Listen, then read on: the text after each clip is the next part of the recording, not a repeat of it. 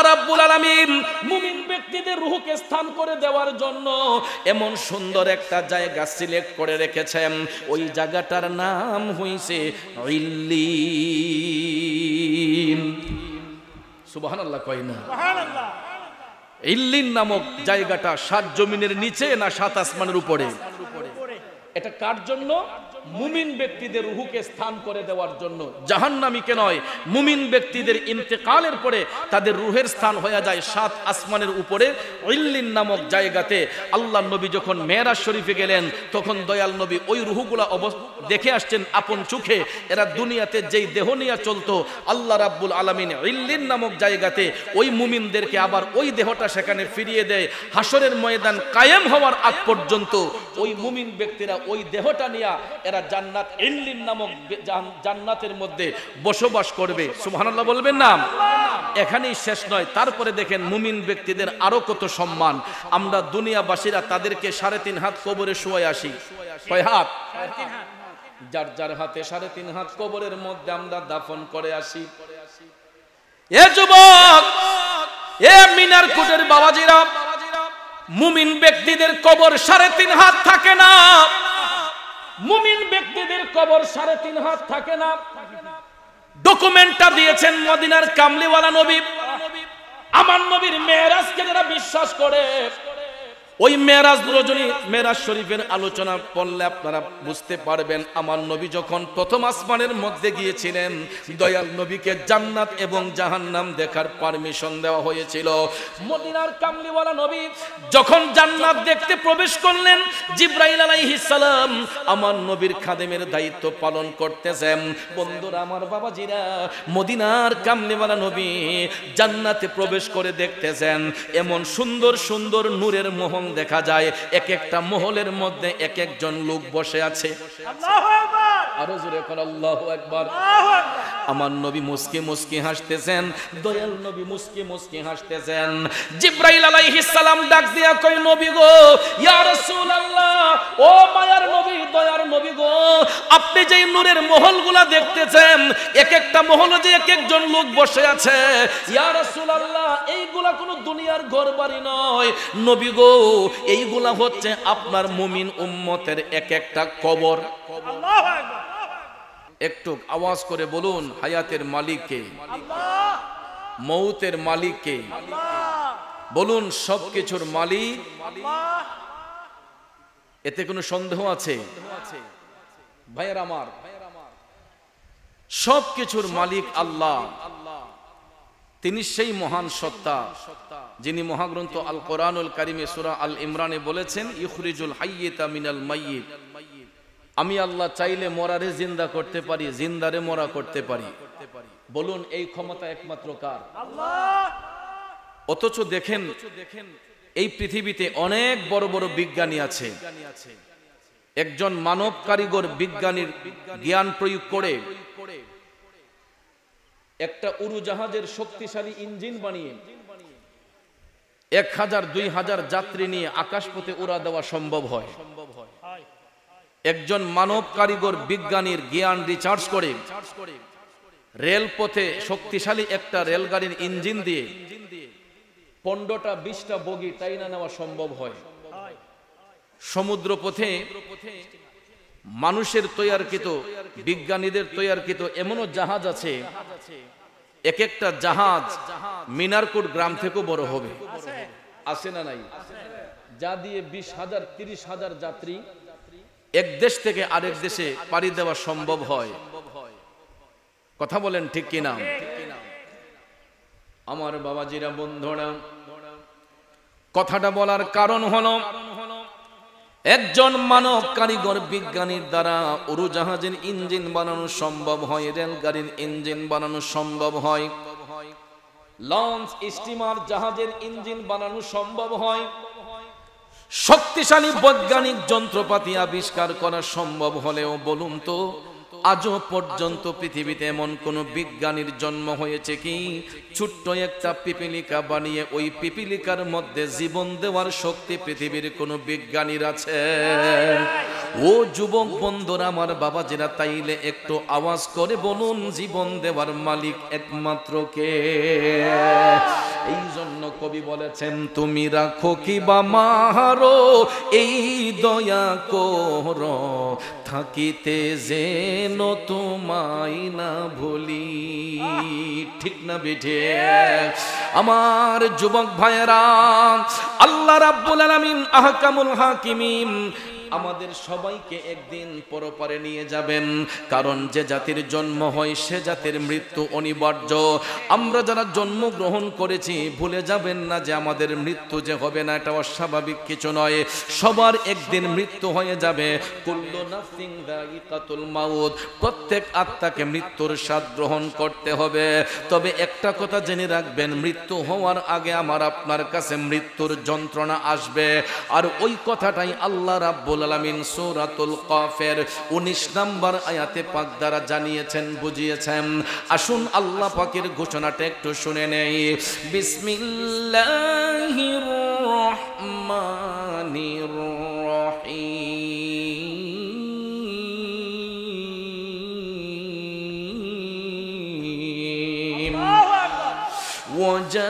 وجاءت سكرة الموت بالحق। একটা জবানও বন্ধ রাখবেন না, আওয়াজ দিয়ে বলুন ঘোষণাটা কার? এ মিনার কোঠের বাবাজিরা, ও যুবক বন্ধুরা, আল্লাহ রাব্বুল আলামিন বলতেছেন, এ জগৎবাসীরা তোমরা শোনো, অবশ্যই অবশ্যই মৃত্যুর যন্ত্রণা তোমাদেরকে পাকড়াও করবে।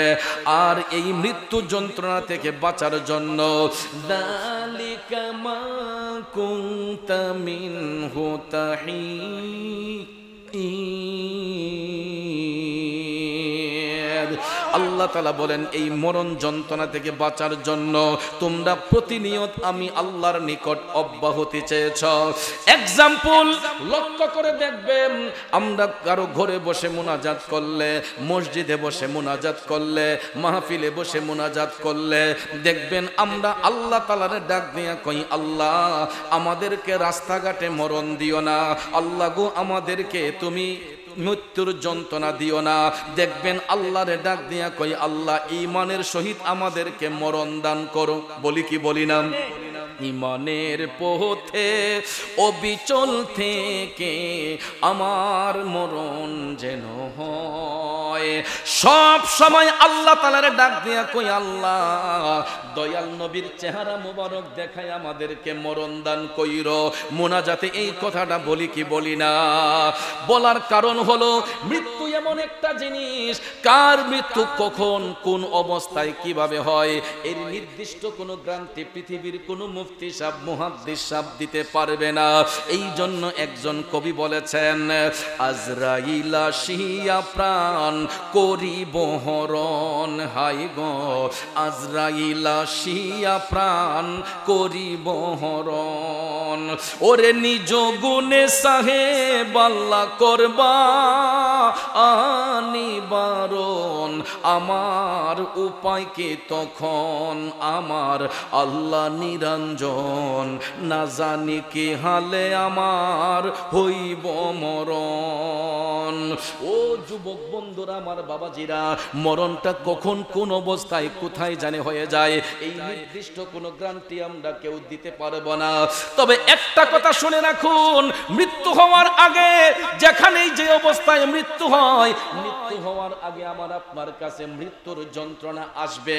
আর এই বিষয়ে হাদিস শরীফে আল্লাহর নবী সাল্লাল্লাহু আলাইহি ওয়াসাল্লাম বলেছেন, মানুষ যখন মৃত্যুর বিছানায় শুয়ে যাবে, আল্লাহ রাব্বুল আলামিন মৃত্যুর ফেরেশতা মালাকুল মউত আজরাইল আলাইহিস সালামকে পাঠাইবেন প্রাণ কেড়ে নেওয়ার জন্য।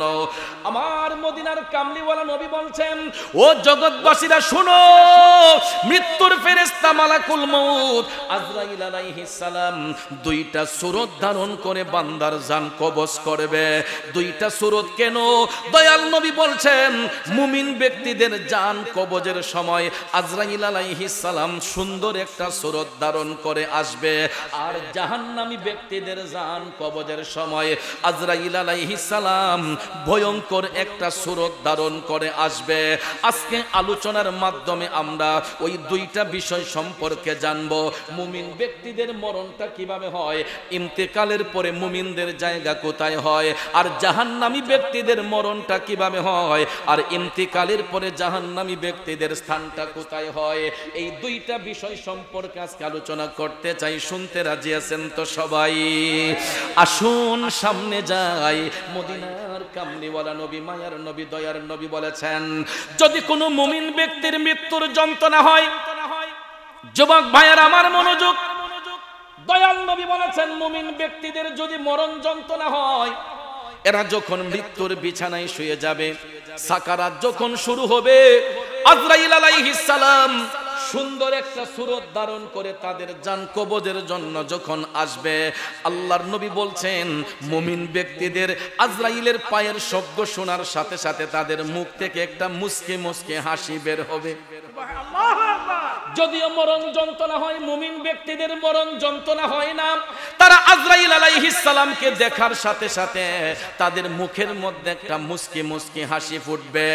আর যখন আজরাইল তাদের জান কবজের সময় দেহের মধ্যে হাত রাখবে, মুমিন ব্যক্তিদের এতটুক পরিমাণ কষ্ট হবে, দয়াল নবী বলেছেন ছোট্ট একটা পিপিলিকা গায়ের মধ্যে কামড় দিলে যেরকম কষ্ট হয়, মুমিন ব্যক্তিদের জান কবজের সময় তাদের কাছে এমন মনে হবে যেন ছোট্ট একটা পিপিলিকা তাদের গায়ের মধ্যে কামড় দিয়েছে। এর চাইতে বেশি কষ্ট হবে না। যুবক বন্ধুরা, আমার বাবাজিরা, মুমিন ব্যক্তিদের ইন্তিকালের সঙ্গে সঙ্গে দয়াল নবী বলেছেন তাদের চেহারাটা নূরান্বিত হয়ে যাবে এবং তাদের চেহারার মধ্যে একটা মুস্কি মুস্কি হাসি থাকবে। আল্লাহু আকবার, জোরে বলুন আল্লাহু আকবার। আপনারা বাস্তব একটু লক্ষ্য করে দেখবেন, কোন এলাকা থেকে কোনো ভালো মানুষ যদি মারা যায়, কোন ইমানদার ব্যক্তি যদি মারা যায়, কোন আল্লাহর ওলি যদি মারা যায়, আমরা যদি তাদের লাশ দেখতে যাই, এমন কিছু লাশ দেখবেন ইন্তেকালের পরে তাদের চেহারার মধ্যে একটা মুস্কি মুস্কি হাসি দেখা যায়। কিছু কিছু লাশের ধরন দেখবেন ইন্তেকালের পরে চেহারাটা একটু উজ্জ্বল হয়ে যায়। তখন দেখবেন আমরা রাস্তাঘাটে হাইটা, দোকানপাটে বৈশা লোক মুখে কথা বলি, আহারে ব্যক্তিটা এমন ভালো মানুষ ছিল, ওনার মরণটা এমন সুন্দর হয়েছে, ইন্তেকালের পরে যেন তার মুখে একটা হাসি ফুটে রয়েছে। বলি কি বলি না? অনেক সময় দেখবেন ব্যক্তিটা এত ভালো ছিল, মারা যাবার পরও তার চেহারাটা সুন্দর হয়ে গেছে, উজ্জ্বল হয়ে গেছে। আমরা বলি কি বলি না? অ্যাকচুয়ালি এটা আমার আপনার মুখের কথা নয়, এটা হাদিস শরীফের কথা। এ মিনারকোটের যুব সমাজ, ও মুরব্বী সমাজ, গভীর মনোযোগ। মদিনার কামলিওয়ালা নবী বলেছেন মুমিন ব্যক্তিদের ইন্তেকালের পরে তাদের চেহারাটা উজ্জ্বল হয়ে যায়, তাদের চেহারার মধ্যে মুস্কি মুস্কি হাসি ফুটে। কারণ এই কারণে আখিরাতের প্রথম গাটিটাই হইল কবর। আখিরাতের প্রথম ঘাটিটাই হইল কবর। মদিনার কামলিওয়ালা নবী বলেছেন কবরের ঘাটিটা যেই ব্যক্তি সহজে পার হইয়া যাবে, আর একটা ঘাট পার হওয়া তার পক্ষে কষ্ট হবে না। আর কবরের ঘাটে যেই ব্যক্তি আটকা পড়ে যাবে, একটা ঘাটও পার হওয়া ওই ব্যক্তির পক্ষে সম্ভব হবে না। যুবক বন্ধুরা আমার, মুমিন ব্যক্তিরা হাসি দিয়ে যাওয়ার কারণ হলো এদের কবরের জীবনটা সুখের হবে, কারণ এরা স্টুডেন্ট ভালো। এরা স্টুডেন্ট ভালো। স্টুডেন্ট যখন পরীক্ষার হলে যায় দেখবেন এদের কোনো টেনশন থাকে না। ছাত্র যদি ভালো হয় এরা দেখবেন পরীক্ষার হলে হাসি মুখে যায় এবং প্রশ্ন কখন পাবে উত্তরগুলো লিখবে এরা অপেক্ষায় থাকে, কারণ ভালো স্টুডেন্টের কোনো টেনশন থাকে না। মুমিন ব্যক্তিরা তাদের টেনশন এই জন্য নেই, দুনিয়াতে তারা তাহাজ্জুদ গুজার ছিলেন, তারা আল্লাহর জিকির করেছেন, তারা ওয়াক্তিয়া নামাজ পড়েছেন, এরা আল্লাহর জিকির করেছেন, এরা নবীর দুরূদ পড়েছেন, এরা মানুষদেরকে আলোর পথ দেখিয়েছেন। কথা বলেন ঠিক কি না? একজন মুমিন ব্যক্তি কোনোদিন মানুষের ক্ষতি করতে পারে না, একজন মুমিন ব্যক্তি কোনোদিন ঈমান হারা চলতে পারে না, একজন মুমিন ব্যক্তি কোনোদিন মানুষদেরকে অন্ধ পথে ডাকতে পারে না, একজন মুমিন ব্যক্তি কখনো বেআমলি হইতে পারে না। মুমিন তারাই হয় যারা ওয়াক্তিয়া নামাজ পড়ে, যারা আল্লাহর নবীকে তাজিম করে, যারা দয়াল নবীর গোলামি করে। বন্ধুরা আমার, বাবাজিরা আমার, এদের দুনিয়ার জিন্দেগিটা যেমন সুখময় হয়, এদের কবরের জিন্দেগিটাও আরামের হয়। মনোযোগ, আখিরাতের প্রথম ঘাঁটি কবর দেশে যখন মুমিনদেরকে দুনিয়ার জমিন থেকে জানাজা দিয়ে পাঠানো হয়, মদিনার কামলিওয়ালা নবী বলেছেন দাফন করার পরে 40 কদম দূরে আসার সাথে সাথে কবরের মধ্যে আল্লাহ তাআলা দুইজন ফেরেশতা পাঠাইয়া দেন। একজন ফেরেশতার নাম হলো মুনকার, আর একজন ফেরেশতার নাম হলো নাকির। কথা কোন ঠিক না বিঠিক? মুনকার নাকির ফেরেশতা সবার কবরের মধ্যে আসবে। ও বন্ধু, ওই কবরের ঘাট পার হওয়ার জন্য সেখানে একটা পরীক্ষা হবে। কবরের ঘাটে যেই পরীক্ষাটা হবে, ওই পরীক্ষাটাই হইল ইম্পর্টেন্ট একটা পরীক্ষা। আখিরাতের ঘাটের প্রথম পরীক্ষাটাই হবে 3টা প্রশ্নের উত্তর দিতে হবে। কবরের প্রশ্ন কয়টা? জোরে বলেন, কবরের প্রশ্ন? এটা আমরা সবাই জানি, কবরের প্রশ্ন 3টা। এরই মধ্যে প্রথম প্রশ্নটাই হবে মান রাব্বুকা, তোমার রবকে। মুমিন ব্যক্তি যারা হবে এরা স্পষ্ট সুন্দর করে বলে দিবে রব্বি আল্লাহ, আমার রব হচ্ছেন আল্লাহ। মুমিন ব্যক্তিকে যখন প্রশ্ন করা হবে ওয়ামান দীনুকা, তোমার দিন কি, ওই মুমিন ব্যক্তি হাসি মুখে বলে দিবে দীনিয়াল ইসলাম, আমার দিন হলো ইসলাম। 3 নম্বর প্রশ্নটা যখন করা হবে, আমার মদিনার কামলিওয়ালা নবী রাহমাতাল লিল আলামিন নবীকে আপন আপন কবরে হাজির করে, সশরীরে হাজির করে প্রশ্ন করা হবে ওয়ামান হাজার রুজুল বুইসা ফিকুম। সুবহানাল্লাহ বলেন। ভাইয়েরা আমার, বন্ধুরা আমার, দয়াল নবীকে সশরীরে কবরে হাজির করা হবে। কিন্তু আমাদের সমাজে কিছু কিছু ভাই সাহেবরা আলোচনার মাধ্যমে কয়, হ্যাঁ প্রশ্ন ঠিক আছে, কিন্তু কবরে নবীদের সশরীরে হাজির করা হবে না, নবীজির ছবি আইনা হাজির করা হবে। এরপরে যখন দেখছে যে না এটা যৌক্তিক হয় না, তখন কয় না, রওজা শরীফের সঙ্গে একটা সুড়ঙ্গ করা হয়, যেখানে দাফন করা হয় ওই কবর থেকে মদিনা শরীফে একটা সুড়ঙ্গ করা হয়, সুড়ঙ্গের মাধ্যমে দেখানো হয়। নাউজুবিল্লাহ কোন। এরপরও আল্লাহর আদম বিশ্বাস করে না যে রসুল কবরে আসতে পারে। আপনাদের বিশ্বাস আছে না নাই? রসুল কবরে আসতে পারে কি পারে না? এটা শুধু মুখে বললে হবে না, দলিলের মাধ্যমে জানতে হবে। কথা কোন ঠিক না ঠিক? আপনারা বলেন, আমার নবী কি শুধু দুনিয়ার নবী না কবরের নবী? শুধু কবরের নবী আর দুনিয়ার নবী নয়, তিনি ৮০,০০০ আলমের নবী। আল্লাহর গোটা সৃষ্টি জগতে যতটা জগৎ সমূহ রয়েছে, যেখানে আল্লাহ রাব্বুল আলামিন, সেখানে রসুল হচ্ছেন রহমাতাল লিল। এখন সূক্ষ্ম জ্ঞানে একটু ভাইবা দেখবেন, যারা গ্রামার বুঝেন, আরবি গ্রামার বুঝেন, আলাম হচ্ছে এক বচন, তার বহু বচন হচ্ছে আলামিন। আলাম দ্বারা একটা জগৎকে বোঝানো হয়, আর আলামিন দ্বারা কুল কায়নাতকে বোঝানো হয়। আলাম দ্বারা একটা জগৎকে বোঝানো হয়, আলামিন দ্বারা কুল কায়নাতকে বোঝানো হয়। আল্লাহ হচ্ছেন রাব্বুল আলামিন, গোটা জাহানের পালন কর্তা। আল্লাহ কই, যেখানে আমি গোটা জাহানের পালন কর্তা, সেখানে আমার হাবিব হবে রাহমাতাল লিল আলামিন, গোটা জাহানের জন্য রহমত। চললে এখন সুবহানাল্লাহ। যুবক ভাইয়ার আমার, বন্ধুরা আমার, তারপরে দেখেন আল্লাহ তাআলা কেমন সম্মান আপন হাবিবকে দিয়েছেন। আল্লাহ পাকের উপাধি হচ্ছে রাব্বুল আলামিন, আমার নবীর উপাধি হচ্ছে রাহমাতাল লিল আলামিন। বন্ধুরে, তারপরে একটু প্র্যাকটিক্যালি প্রমাণ নিয়ে দেখবেন, রাব্বুল আলামিন লিখতে আরবি যতটা অক্ষর লাগে, রাহমাতাল লিল আলামিন লিখতে আরবি ততটা অক্ষর লাগে। আল্লাহু আকবার। তাই বলে কি রাসূল আল্লাহ থেকে বড় হয়ে গেছেন? নাউজুবিল্লাহ। একথা কখনো সুন্নি জামাত বলে না। রাসূল কখনো আল্লাহ থেকে বড় নয়, কারণ আল্লাহ হচ্ছেন খালেক, রাসূল হচ্ছেন মখলুক। আল্লাহ হচ্ছেন স্রষ্টা, রাসূল হচ্ছেন সৃষ্টি। সৃষ্টি কখনো স্রষ্টার ঊর্ধ্বে হয় না। কথা বলেন ঠিক না বেঠিক? তবে আমার ভাইয়েরা, আমার নবী সেই সৃষ্টি, যেই সৃষ্টির সঙ্গে পৃথিবীর অন্য কোনো সৃষ্টির তুলনা হয় না। এই জন্য আমি অধম গুনাহগার লিখেছিলাম, সৃষ্টির সেরা হাবিবে খোদা শাহে মদিনা, যার প্রেমেতে পাগল আমরা তিনি মদিনা, যার প্রেমেতে পাগল আমরা তিনি মদিনা। সৃষ্টির সেরা হাবিবে খোদা শাহে মদিনা, যার প্রেমেতে পাগল আমরা তিনি মদিনা। ঠিক না বেঠে? আমার যুবক ভাইয়েরা, ও মুরব্বী বাবাজিরা, আমার সম্মানিত মা বোনরা যারা শুনছেন গো, আল্লাহ হচ্ছেন রাব্বুল আলামিন, রাসূল রাহমাতাল লিল আলামিন। রাব্বুল আলামিন লিখতে আরবি যতটা অক্ষর লাগে, রাহমাতাল লিল আলামিন লিখতে আরবি ততটা অক্ষর লাগে। শুধু তাই নয়, লা ইলাহা ইল্লাল্লাহ কালেমা লিখতে আরবি যতটা অক্ষর লাগে, মুহাম্মদুর রাসূলুল্লাহ লিখতে আরবি ততটা অক্ষর লাগে। মক্কাতুল মুকাররমা লিখতে আরবি যতটা অক্ষর লাগে গো, মদিনাতুল মুনাওয়ারা লিখতে আরবি ততটা অক্ষর লাগে। মসজিদ লিখতে আরবি যতটা অক্ষর লাগে, মাদ্রাসা লিখতে আরবি ততটা অক্ষর লাগে। তাইলে বলুন, নামের সাথে নাম মিলাইয়া আপন হাবিবকে ইজ্জত দিছে কে? মুখের কথা মানি না দলিল।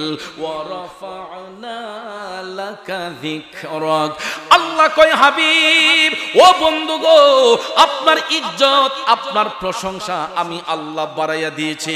দুনিয়ার কোনো মানুষ বাড়াইবার সাধ্য নাই, কমাইবার সাধ্য নাই। দয়াল নবীর ইজ্জত সম্মান বাড়াইয়া দিছে কে?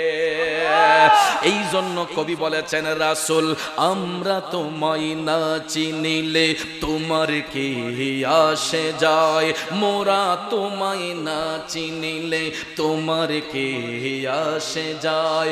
দুনো জাহান নবীজির নূরে কদমে ঝুকাই, ঠিক কিনা বলেন? দুনো জাহান নবীজির, নবীজির, নবীজির, দুনো জাহান নবীজির নূরে কদমে ঝুকাই, ঠিক কিনা? জগতের বন্ধুরা রে,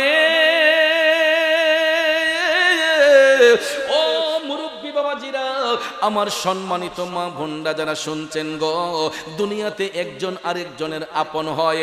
দুনিয়াতে এক ভাই আরেক ভাইরে না দেখলে পাগল পারা হয়ে যায়, কিন্তু ইন্তিকালের পরে দুনিয়ার কোনো বন্ধু বান্ধব আত্মীয় স্বজন কেউ কারো কবরের সঙ্গী হয় না। ওই কবরে যিনি সঙ্গী হবেন উনি হচ্ছেন রাহমাতাল লিল আলামিন নবী মুহাম্মদুর রাসূলুল্লাহ সাল্লাল্লাহু আলাইহি ওয়াসাল্লাম, ঠিক না বিঠে? এই জন্য কবি কয়, নবী ছাড়া ওই কবরে নাই রে বান্ধব নাই, নবী ছাড়া ওই কবরে নাই রে বান্ধব নাই। হাসরেতে নবী ছাড়া নাই দরদি নাই, ঠিক না বিঠি? আরে ভাই, দুই হাত তুলে বলুন না ঠিক কি নাম? নারায়ে তাকবীর, নারায়ে রিসালাত, নারায়ে রিসালাত, সুন্নি মহাসম্মেলন। হাসরেতে নবী ছাড়া নাই দরদি নাই, হাসরেতে নবী ছাড়া নাই দরদি নাই, নবী ছাড়া ওই কবরে নাই রে বান্ধব নাই। একটা জবানও বন্ধ রাখবেন না, আওয়াজ করে বলুন ঠিক না বেঠিক? যুবক ভাইয়ার আমার, আমার মদিনার কামলিওয়ালা নবী, মায়ার নবী, দয়ার নবীকে সশরীরে কবরের মধ্যে হাজির করে বলা হবে ৩ নম্বর প্রশ্নটা, ওয়ামান হাজার রজুল বইসা ফিকুম, বলো তোমার রাসূলকে চিনতে পারো কিনা? মুমিন ব্যক্তি যারা হবে এরা তো দুনিয়া তো নবীর প্রেমে পাগল ছিল, যদিও স্বপ্ন যুগে নবীরে না দেখে দুনিয়ার জমিনে আখের যাইয়া যখন নবীজিকে দেখবে, মুমিন ব্যক্তিরা ঠাস করে বলে দিবে, হাজা মুহাম্মদুর রাসূলুল্লাহ সাল্লাল্লাহু আলাইহি ওয়াসাল্লাম। চিৎকার মেরে কন্যা সুবহানাল্লাহ, আরো জোরে কন্যা সুবহানাল্লাহ। এই জন্য আশেক কয়, প্রেমিক কয়, দিদারে মুস্তাফা কবে হবে যে, অপেক্ষায় রত আছে এই দুটি নয়ন যে, শয়নে স্বপনে স্মরণে মুস্তাফা আমায় সর্বদা বিভোর করে দে, মদিনায় কবে যাব আমি যে, নাই কবে যাব আমি যে। বাজান মদিনা যাইতে মনটা কাঁদে কি কাঁদে না? কেনই বা কাঁদবে না? ওই মদিনা এই জন্যই যাওয়ার জন্য মনটা কাঁদে। মদিনার কামলিওয়ালা নবী শুধু দুনিয়ার আপন নয়, তিনি কবরও আপন, ঠিক না বেটি? হাসরে আপন, মিজানে আপন, ফুলসিরাতে আপন, সর্ব জায়গায় আমার নবী আপন, কথা কোন ঠিক না বেটি? ওরে কবর হাসর ফুলসিরাতে কোনো আপন পাবে না, কবর হাসর ফুলসিরাতে কোনো আপন পাবে না, যেজন পাবে সেজন হবে শাহে মদিনা, ঠিক কি না? যেজন পাবে সেজন হবে শাহে মদিনা। উম্মতের কষ্ট নবী সইতে পারে না, যেজন হবে আপনা সেই তো মদিনা। একটা জবানও বন্ধ রাখবেন না, আওয়াজ করে বলুন ঠিক না বেঠি? যুবক ভাইয়ার আমার, ওই তিনটা প্রশ্নের উত্তর মুমিন ব্যক্তিরা যখন ঠাস করে বলে দিবে, সঙ্গে সঙ্গে মুনকার নাকির ফেরেশতা উত্তর নিয়ে চলে যাবে। মদিনার কামলিওয়ালা নবী বলতেছেন, আল্লাহ রাব্বুল আলামিন আরেক দল ফেরেশতা নিয়োজিত করেন ওই মুমিন ব্যক্তিদের রূহগুলোকে বহন করে উপরের দিকে নেওয়ার জন্য। সুবহানাল্লাহ কোন? মুমিনদের কেমন সম্মান, মুমিন ব্যক্তিদের কেমন ইজ্জত। ইন্তেকালের পরে তাদের রুহু বহন করার জন্য আল্লাহ পাক আরেক দল ফেরেশতা পাঠান। ওই ফেরেশতারা রুহু নিয়ে যখন আসমানের দিকে অবতরণ করে, প্রথম আসমানের মধ্যে যাওয়ার সাথে সাথে ফেরেশতারা নক করে। আসমানের ফেরেশতারা জানতে চায় তোমরা কারা? তখন দুনিয়ার ফেরেশতারা বলে আমরা রুহু বহনকারী ফেরেশতা। পরিচয়টা দেবার সঙ্গে সঙ্গে আসমানের দরজা উন্মুক্ত করা হয়। আমার ভাইয়েরা বলুন তো, কারো বাড়িতে যদি হাসনা হেনা ফুল যদি ফুটে, গ্রানটা কি এক বাড়িতে থাকে নাকি অনেক বাড়িতে ছড়ে যায়? বেলি ফুল, হাসনা হেনা ফুল দেখবেন কারো বাড়িতে যদি ফুটে, গ্রানটা কিন্তু এক জায়গায় স্থির থাকে না, চতুর্দিকে সুগ্রাণ মোহিত হয়ে যায়, ঠিক কিনা বলেন? আসমানের ফেরেশতারা দরজা যখন খুললেন, খোলার সাথে সাথে মুমিন ব্যক্তিদের রুহু থেকে এমন সুন্দর একটা জান্নাতি খুশবু বের হয়েছে। এই জান্নাতি খুশবুতে আসমানটা একদম সুগ্রাণে মোহিত হয়ে গেছে। প্রথম আসমানটা সুগ্রাণে একদম মোহিত হয়ে গেছে। তখন প্রথম আসমানের ফেরেশতারা বলে ওয়েলকাম, স্বাগতম, আপনারা উপরে উঠুন। তখন দুনিয়ার ফেরেশতারা রুহুগুলা নিয়ে প্রথম আসমানের মধ্যে অবতরণ করলেন। এই রকম ভাবে স্টেপ বাই স্টেপ দ্বিতীয় আসমানের ফেরেশতা, তৃতীয় আসমানের ফেরেশতা, চতুর্থ আসমানের ফেরেশতা, পঞ্চম আসমানের ফেরেশতা, ষষ্ঠ আসমানের ফেরেশতা, সপ্তম আসমানের ফেরেশতারা দরজা খোলার সাথে সাথে ওই মুমিন ব্যক্তিদের রুহু থেকে যখন জান্নাতি খুশবু পায়, তখন তারা ঠাস ঠাস করে দরজা উন্মুক্ত করে দিয়া ওয়েলকাম জানায়, স্বাগত জানায়। এরপরে আমার ভাইয়েরা সাত আসমান পাড়ি দেওয়ার পরে আল্লাহ রাব্বুল আলামিন মুমিন ব্যক্তিদের রূহকে স্থান করে দেওয়ার জন্য এমন সুন্দর একটা জায়গা সিলেক্ট করে রেখেছেন। ওই জায়গাটার নাম হইছে ইল্লিন। সুবহানাল্লাহ কয় না? সুবহানাল্লাহ। ইল্লিন নামক জায়গাটা সাত জমিনের নিচে না সাত আসমানের উপরে? এটা কার জন্য? মুমিন ব্যক্তিদের রূহকে স্থান করে দেওয়ার জন্য। জাহান্নামীকে নয়, মুমিন ব্যক্তিদের ইন্তেকালের পরে তাদের রূহের স্থান হয়ে যায় সাত আসমানের উপরে ইল্লিন নামক জায়গাতে। আল্লাহ নবী যখন মেরাজ শরীফে গেলেন, তখন দয়াল নবী ওই রূহগুলা দেখে আসছেন আপন চোখে। এরা দুনিয়াতে যেই দেহ নিয়ে চলতো, আল্লাহ রাব্বুল আলামিন ইল্লিন নামক জায়গাতে ওই মুমিনদেরকে আবার ওই দেহটা সেখানে ফিরিয়ে দেয়। হাসরের ময়দান কায়েম হওয়ার আগ পর্যন্ত ওই মুমিন ব্যক্তিরা ওই দেহটা নিয়ে এরা জান্নাত ইল্লিন নামক জান্নাতের মধ্যে বসবাস করবে। সুবহানাল্লাহ বলবেন না? এখানেই শেষ নয়, তারপরে দেখেন মুমিন ব্যক্তিদের আরো কত সম্মান। আমরা দুনিয়াবাসীরা তাদেরকে 3.5 হাত কবরে শুয়ে আসি। কয় হাত? যার যার হাতে 3.5 হাত কবরের মধ্যে আমরা দাফন করে আসি। এ যুবক, এ মিনার কুটের বাবাজিরা, মুমিন ব্যক্তিদের কবর 3.5 হাত থাকে না। মুমিন ব্যক্তিদের কবর 3.5 হাত থাকে না। ডকুমেন্টটা দিয়েছেন মদিনার কামলিওয়ালা নবী। আমার নবীর মেরাজকে যারা বিশ্বাস করে, ওই মেরাজ রজনী মেরাজ শরীফের আলোচনা পড়লে আপনারা বুঝতে পারবেন আমার নবী যখন প্রথম আসমানের মধ্যে গিয়েছিলেন দয়াল নবীকে জান্নাত এবং জাহান্নাম দেখার পারমিশন দেওয়া হয়েছিল। মদিনার কামলিওয়ালা নবী যখন জান্নাত দেখতে প্রবেশ করলেন জিবরাইল আলাইহিস সালাম আমার নবীর খাদেমের দায়িত্ব পালন করতেছেন। বন্ধুরা আমার বাবাজিরা, মদিনার কামলিওয়ালা নবী জান্নাতে প্রবেশ করে দেখতেছেন এমন সুন্দর সুন্দর নূরের মহল দেখা যায়, এক একটা মহলের মধ্যে এক একজন লোক বসে আছে। আল্লাহু আকবার, আরো জোরে কোন আল্লাহু আকবার। আমার নবী মুস্কি মুস্কি হাসতেছেন, দয়াল নবী মুস্কি মুস্কি হাসতেছেন। জিবরাইল আলাইহিস সালাম ডাক দিয়া কই নবী গো, ইয়া রাসূলুল্লাহ, ও মায়ার নবী, দয়ার নবী গো, আপনি যে নূরের মহলগুলা দেখতেছেন এক একটা মহলে যে এক একজন লোক বসে আছে, ইয়া রাসূলুল্লাহ, এইগুলা কোনো দুনিয়ার ঘরবাড়ি নয় নবী গো, এইগুলা হচ্ছে আপনার মুমিন উম্মতের এক একটা কবর। আল্লাহু আকবার, আরো জোরে কোন আল্লাহু আকবার। জিবরাইল বলতেছেন ইয়া রাসূলুল্লাহ, আপনি যেই মহলগুলা দেখতেছেন এইগুলা দুনিয়ার কোনো ঘরবাড়ি না, এইগুলা আপনার উম্মতের মধ্যে যারা মুমিন, আপনার মুমিন উম্মতের এক একটা কবর, এই চিহ্নগুলো আপনি দেখতেছেন। ভাইয়ার আমার, তখন দয়াল নবী আপন চোখ মুবারকে দেখে আসলেন 70 গজ প্রসারিত করে আল্লাহর হাবিব সাল্লাল্লাহু আলাইহি ওয়াসাল্লাম দেখেছেন এক একটা মুমিনের কবরকে এক একটা নূরের মহল বানিয়ে দেওয়া হয়েছে। এই জন্য আমরা দয়াল নবীর এই জবান মুবারকের কথা শোনার পরেই যদি দুনিয়ার জমিন থেকে কোনো আল্লাহর ওলির ইন্তেকাল হয়, কোনো আল্লাহর ওলি মারা যান, আমরা তাদেরকে দাফন করার পরে দেখবেন ওলিদের মাজারের জায়গাটা একটু বড় পরিসরে করে আমরা রাখি। কথা কোন ঠিক না বেঠিক? 70 গজ প্রসারিত না করলেও দেখবেন আমরা ওলিদের মাজারের এলাকাটা, মাজার শরীফের সীমানাটারে একটু বড় পরিসরে করে রাখি। কথা কোন ঠিক না বেঠিক? এবং আমাদের দেশে কিছু কিছু ফতোয়া আসে, দেখবেন অনেক ওলামায়ে কেরাম ফতোয়া দেয় যে এগুলা ভেঙে দেওয়া হোক, এক কবরের মধ্যে একজন থাকবে, এত বড় জায়গা নেওয়ার দরকার কি?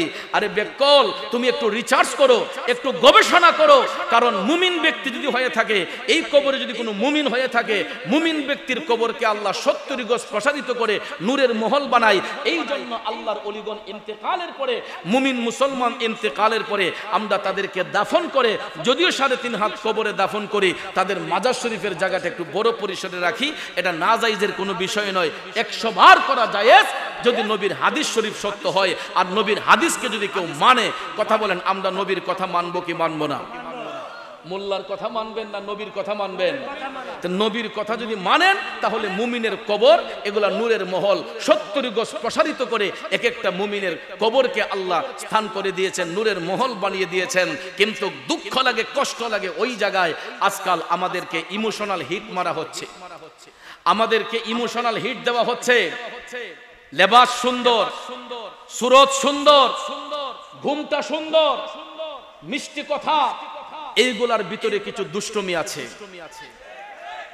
মিষ্টি মিষ্টি কথা বলে আমাদের ঈমানগুলোকে হরণ করে নেওয়া হচ্ছে শুধু বেদাত শিরকের ফতোয়া দিয়ে।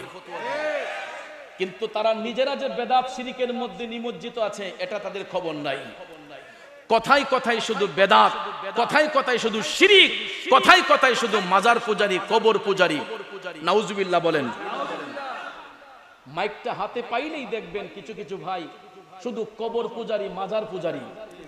আপনারা সভ্য সমাজের মানুষ, এখানে কেউ অসভ্য সমাজের নয়, সবাই সভ্য সমাজে। আমাদের সমাজে এখনো শালীনতা আছে, ভদ্রতা আছে, ন্যায় বিচার আছে। কথা বলেন, আছে না?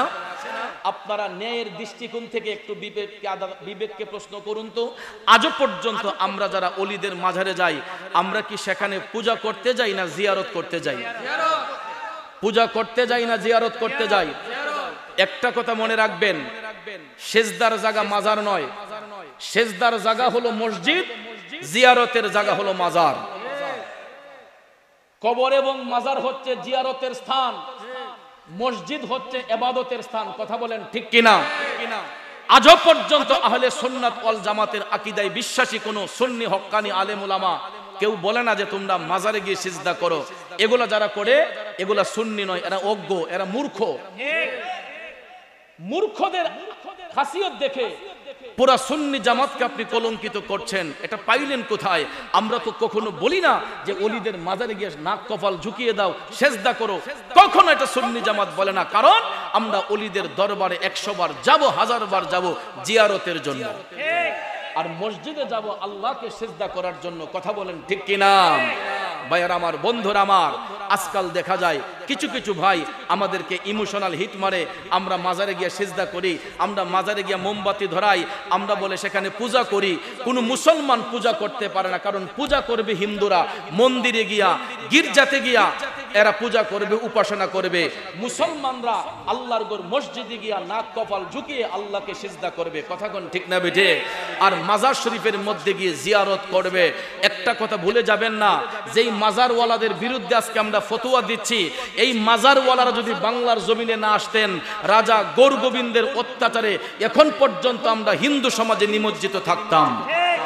আওয়াজ দেন ঠিক না বেঠে? যদি সুলতানুল বাংলা হযরতে বাবা শাহজালাল মুজাররদ ইয়ামানি রাহমাতুল্লাহ আলাইহি 360 আউলিয়ার বিশাল বাহিনী নিয়ে বাংলার জমিনে না আসতেন, রাজা গৌরগোবিন্দের অত্যাচারে এখন পর্যন্ত আমরা হিন্দু সমাজে থাকতে হতো। ঠিক কিনা বলেন ভাইরা? মুসলমান ভুলে যাবেন না, এখন হয়তো পাড়ায় পাড়ায়, মহল্লায় মহল্লায় মসজিদ নির্মাণ হয়েছে, বড় বড় গলায় আজান দেওয়া হচ্ছে। এই মাজারওয়ালারা প্রথম এই বাংলার জমিনে আজানের ধ্বনি দিয়েছেন। আপনারা ইতিহাস পড়ে দেখবেন, এই বাংলার জমিনে সর্বপ্রথম যিনি বড় গলায় আজান দিয়েছিলেন উনি বাবা শাহজালালের সফর সঙ্গী ছিলেন, আউলাদে রাসূল সিপাহসালার সৈয়দ নাসির উদ্দিন রহমাতুল্লাহ আলাইহি, যিনি হবিগঞ্জের চুনারুঘাটে মোরারবন্দের জমিনে পূবে এবং পশ্চিমে যিনি শুয়ে আছেন, উনি হচ্ছেন আউলাদে রাসূল সিপাহসালার সৈয়দ নাসির উদ্দিন রহমাতুল্লাহ আলাইহি। চিৎকার মেরে বলুন সুবহানাল্লাহ। এই জন্য বলা হয় ওলি আল্লাহর বাংলাদেশ, শাহজালালের বাংলাদেশ, রহম করো আল্লাহ, রহম করো আল্লাহ, তাদের ওয়াস্তে, তাদের ওয়াস্তে রহম করো আল্লাহ, রহম করো আল্লাহ। কষ্ট হচ্ছে আমার বাবাজিরা, কয় বাংলাদেশ, ইন্ডিয়া, পাকিস্তানের মধ্যে পীর আউলিয়া, আর তো কোনো দেশে পীর আউলিয়া নাই। আপনারা বলুন তো, একটু সত্য কথা বলবেন, বাবা শাহজালালের বাড়িটা কি বাংলাদেশ, ইন্ডিয়া, পাকিস্তানে নাকি আরব দেশে? বাবা শাহপরানের বাড়িটা কি বাংলাদেশে নাকি আরব দেশে? গেসুদারাস সৈয়দ আহমেদ গেসুদারাস প্রকাশ্য পীর কল্লা শহীদের বাড়িটা কি খরমপুরে নাকি আরব দেশে? তাহলে বাংলাদেশে তো শুধু পীর মাশায়েখ নয়, আরব দেশেও তো পীর আছে। কথা কোন ঠিক না বেঠিক? ভাইয়ার আমার, সুজা বুঝে ঘুরাইয়া বুঝে, সুজা বুঝে না। যাদেরকে শায়েখ বলা হয়, শায়েখের এক নাম পীর, পীরের এক নাম শায়েখ, এক নাম মুর্শিদ। কথা কোন ঠিক না? বাঁকা হইয়া বুঝে, সোজা বুঝে না। ঘাড়ের নামই গর্দনা, গর্দনার নামই ঘাড়, মাথার নামই কেল্লা, কেল্লার নামই মাথা। কথা বলেন ঠিক না বেঠিক? বাবা শাহজালালের বাড়িটা কিন্তু বাংলাদেশে নয়, তিনার বাড়ি হচ্ছে আরব দেশে। আরব দেশে থাকলেও বাবা শাহজালাল ইচ্ছে করে বাংলাদেশে আসেন নাই, উনারে দয়াল নবী ইশারা দিয়ে পাঠিয়েছেন। আমার নবীর ইশারা পেয়ে বাবা শাহজালাল এসেছেন, ইচ্ছে করে আসেন নাই। ইতিহাস পড়বেন, ইতিহাস খুলে দেখুন, মুমিন ব্যক্তিদের জীবন ইতিহাস পড়ুন। আসুন আমরা আজকে সিলেটের ইতিহাস জানবো, বাংলাদেশের ইতিহাস জানবো। এই বাংলাদেশে ইসলাম কিভাবে কায়েম হলো। বাবাজিরা আমার, বন্ধুরা আমার, আজকে অলির দেশে থাইকা অলির সাথে বিয়াদবি আমরা কেমন নিমো খারাম। সিলেটের ভাষায় বলে, যার উসিলায় সিন্নি খাইলাই তারে চিনলাই না। যাদের উসিলায় আজকে ধুতি কাপড় থেকে, সিলাইবিহীন কাপড় থেকে সিলাই যুক্ত কাপড় পরতেছি, আজকে সেই অলির দেশে থাইকা অলির সাথে বিয়াদবি আল্লাহ বরদাস্ত করবে না, বরদাস্ত করবে না আমার আল্লাহ। বন্ধুরা আমার, বাবাজিরা, বাবা শাহজালাল ঝগড়া করতে আসেন নাই, ফেসাদ করতে আসেন নাই। ইতিহাস পড়ে দেখেন, আমি বাবা শাহজালালের ইতিহাস পড়ে দেখলাম, তিনি যখন ইয়ামেন দেশে জন্মগ্রহণ করেছিলেন, শৈশবকালেই বাবা শাহজালাল মায়ের কোল, বাবার কোল হারিয়েছিলেন। একটা এতিম সন্তান, সমাজে 3 কিসিমের এতিম আছে। এক কিসিমের এতিম হলো যার মা আছে বাবা নাই, আরেক কিসিমের এতিম যার বাবা আছে মা নাই, আর আরেক কিসিমের এতিম হইল যার ঘরে মাও নাই বাবাও নাই। এরা হচ্ছে সর্বহারা এতিম। এই সর্বহারা এতিমের মধ্যে একজন ছিলেন হযরতে বাবা শাহজালাল মুজাররদিয়া মনি রহমাতুল্লাহ আলাইহি। শৈশবকালেই মায়ের কোল হারালেন, বাবার কোল হারালেন। বাজান রে, এই এতিম সন্তানটারে কে লালন পালন করবে, কে দেখাশোনা করবে? ইতিহাস পড়ে দেখেন, বাবা শাহজালাল এতিম হয়ে যাওয়ার সঙ্গে সঙ্গে ওনার মামার সান্নিধ্যে চলে গেলেন। একটু জিকির করুন, লা ইলাহা ইল্লাল্লাহ, লা ইলাহা ইল্লাল্লাহ, লা ইলাহা, লা ইলাহা ইল্লাল্লাহ, লা ইলাহা। জোরে জোরে লা ইলাহা, আরো জোরে লা ইলাহা, মাশাআল্লাহ লা ইলাহা। সবাই মিলে লা ইলাহা, একসাথে লা ইলাহা, লা ইলাহা। ও লা ইলাহা ইল্লাল্লাহ, লা ইলাহা ইল্লাল্লাহ, লা ইলাহা ইল্লাল্লাহ, লা ইলাহা। মারহাবা লা ইলাহা, জবান খোলে লা ইলাহা, জোরে লা ইলাহা। বাইরে বহু দূরে মদিনা, আমরা কেমনে যাব জানি না। ভাইজান বহু দূরে মদিনা, আমরা কেমনে যাব জানি না। দয়াল আল্লাহ দয়া করে, দয়াল আল্লাহ দয়া করে, পুরাও মনের বাসনা। লা ইলাহা, জবান খোলে লা ইলাহা, আরো জোরে লা ইলাহা, এক সাথে লা ইলাহা। ও লা ইলাহা, এক সাথে লা ইলাহা, আরো জোরে লা ইলাহা, এক সাথে লা ইলাহা। সবাই লা ইলাহা ইল্লাল্লাহ, লা ইলাহা, এক সাথে লা ইলাহা। ভাইজান বহু দূরে মদিনা, আমরা কেমনে যাব জানি না। বহু দূরে মদিনা, আমরা কেমনে যাব জানি না। দয়াল আল্লাহ দয়া করে, দয়াল আল্লাহ দয়া করে, পুরাও মনের বাসনা। লা ইলাহা, জবান খোলে লা ইলাহা, লা ইলাহা, এক সাথে লা ইলাহা, আর জোড়ে লা ইলাহা। ও লা ইলাহা, ও লা ইলাহা ইল্লাল্লাহ, লা ইলাহা।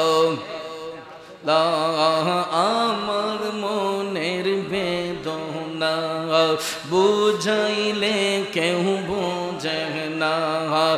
আমার মনের বেদনা বুঝাইলে কেউ বোঝে না। শোনাইলে কেউ শোনে না, শোনাইলে কেউ শোনে না। শুনেন শাহে মদিনা। লা ইলাহা, সবাই মিলে লা ইলাহা, এক সাথে লা ইলাহা। ও লা ইলাহা ইল্লাল্লাহ, লা ইলাহা, লা ইলাহা। লা ইলাহা ইল্লাল্লাহু মুহাম্মাদুর রাসূলুল্লাহ সাল্লাল্লাহু আলাইহি ওয়াসাল্লাম। একটা জবানও বন্ধ রাখবেন না, জবান খুলে বলুন আল্লাহু আকবার। আর একটু মায়ার সুরে বলুন ইয়া রাসূলুল্লাহ। একটা জবানও বন্ধ রাখবেন না গো, সবাই চিৎকার মেরে বলুন ইয়া ওয়ালি আল্লাহ। যুবক ভাইয়ের আমার বলতেছিলাম কি, মা হারা বাবা হারা এতিম বাবা শাহজালালকে কে লালন পালন করবে? শৈশবকালেই এতিম হয়ে যাবার সঙ্গে সঙ্গে উনি চলে গেলেন আপন মামা সৈয়দ আহমেদ কবির রেফাইয়ের সান্নিধ্যে। বাবা শাহজালালের মামার নাম ছিল সৈয়দ আহমেদ কবির রেফাই। বন্ধুরে, সৈয়দ আহমেদ কবির রেফাইয়ের সান্নিধ্যে যখন চলে গেলেন, সেখানে তিনি দিন কাটান রাত কাটান, মামার সংস্পর্শে যাই সেখানে তিনি বড় হইয়া সৈয়দ আহমেদ কবির উনাকে নামাজত বন্দেগি শিখাইলেন, আমল বন্দেগি শিখাইলেন। যুবক বন্ধুরা আমার, মুরব্বীর একটা কথা বলে, সৎসঙ্গে স্বর্গবাস, অসৎসঙ্গে সর্বনাশ। ঠিক না ঠিক? ভালো লোকের সাথে যদি চলাফেরা হয়, খারাপ লোকটাও ভালো হয়ে যায়। কথা কোন ঠিক না ঠিক? আর খারাপ লোকের সঙ্গে চলাফেরা করলে ভদ্রগরের সন্তানটাও খারাপ হয়ে যায়। ঠিক কিনা বলেন? তো হযরতে শাহজালাল উনি মা বাবা হারায়া এতিম হওয়ার সাথে সাথে উনার মামার সান্নিধ্যে চলে গেলেন, সৈয়দ আহমেদ কবির রেফাইয়ের সান্নিধ্যে। সেখানে গিয়ে তিনি আস্তে আস্তে বড় হচ্ছেন, আমল বন্দেগি করতেছেন। যখন তিনি সাবালক হয়ে গেলেন, অর্থাৎ 12 বছর যখন ওভার হয়ে গেল, তখন উনি মুরাকাবা মুশাহাদা এটা আস্তে আস্তে করতে লাগলেন। করতে করতে করতে দেখা যায় ওনার কাশফুল কুলুব যখন হয়ে গেছে, অন্তর চক্ষু যখন খোলা হয়ে গেছে, এশারের নামাজ শেষে হযরত শাহজালাল মুরাকাবা মুশাহাদার মাধ্যমে তিনি যখন একাগ্র চিত্তে যখন মৌলার সান্নিধ্যে চলে গেলেন, তখন ওনার স্বপ্নের ঘরে মদিনার কামলিওয়ালা নবী এসে হাজির হয়ে গেছে। হযরত শাহজালাল এশারের নামাজ পড়ে আপন ঘরে যখন ঘুমাতে গেলেন, ঘুমের ঘরে স্বপ্ন দেখেন মদিনার কামলিওয়ালা নবী শাহজালালের ঘরে, স্বপ্নের ঘরে আইসা হাজির।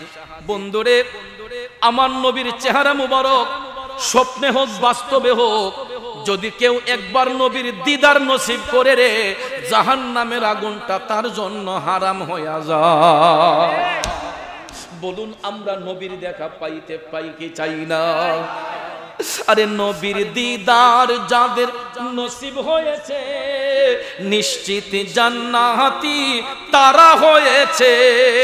ঠিক কিনা বলেন?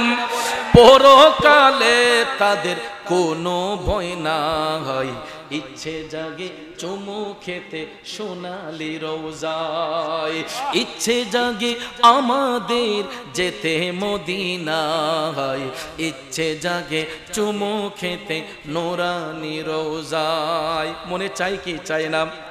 কার কার চাই? দুইটা হাত তুলে একটু দেখাবেন কি? নারায়ে তাকবীর, নারায়ে রিসালাত, আহলে সুন্নাত ওয়াল জামাত, সুন্নি মহাসম্মেলন। दीदार अता करना ए सब्ज़े गुंबद वाली मंजूर दुआ करना जब वक्त निदा आए आका दीदार अता करना। যুবক ভাইয়ের আমার বন্ধুরা, শাহজালাল রহমাতুল্লাহ আলাইহি মদিনার কামলিওয়ালা নবীকে স্বপ্নের ঘরে পাইলেন। আমার নবী ডাক দিয়া কই, শাহজালাল আর ইয়ামেন দেশে তোমাকে থাকতে হবে না, তুমি ভারতবর্ষে ইসলামের খেদমতে বের হইয়া যাও। আল্লাহর নবী এই কথা বললেন, সঙ্গে সঙ্গে শাহজালাল স্বপ্ন থেকে জাগ্রত হইয়া গেলেন। তিনি দেখতেছেন ওনার ঘরটা আলোকিত হয়ে গেছে। নবীর দিদার নসিব করলেন শাহজালাল। আল্লাহর নবী আদেশ করলেন, শাহজালাল তুমি ভারতবর্ষে ইসলামের খেদমতে পাড়ি দাও। স্বপ্ন থেকে জাগ্রত হয়ে তিনি হেজিটেশন বুক করতেছেন, কি দেখলাম, দয়াল নবী আদেশ করেছেন, এটা তো অবশ্যই পালন করতে হবে। সঙ্গে সঙ্গে শাহজালাল বুক ভরা আনন্দ নিয়ে তিনি তাহাজ্জুদের নামাজ পড়লেন। ফজরের নামাজ পড়া শিশির ভেজা সকাল বেলা তিনি আপন মামা সৈয়দ আহমেদ কবির রেফাইয়ের কাছে গিয়া ডাক দিলেন, মামা আমি তো রাতের বেলা একটা স্বপ্নে দেখেছি। মামা আমি রাতের বেলা সুন্দর একটা স্বপ্ন দেখেছি। সৈয়দ আহমেদ কবির ডাক দিয়া কয়, শাহজালাল আমিও তো একটা স্বপ্ন দেখেছি।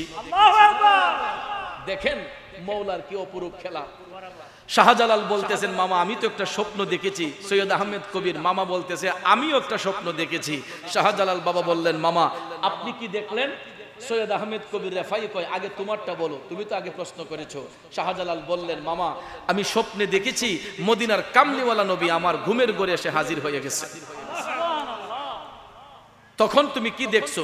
তখন বাবা শাহজালাল বললেন, আমাকে দয়াল নবী বলেছেন, শাহজালাল তুমি ইসলামের খেদমত করার জন্য ভারতবর্ষে রওনা হয়ে যাও।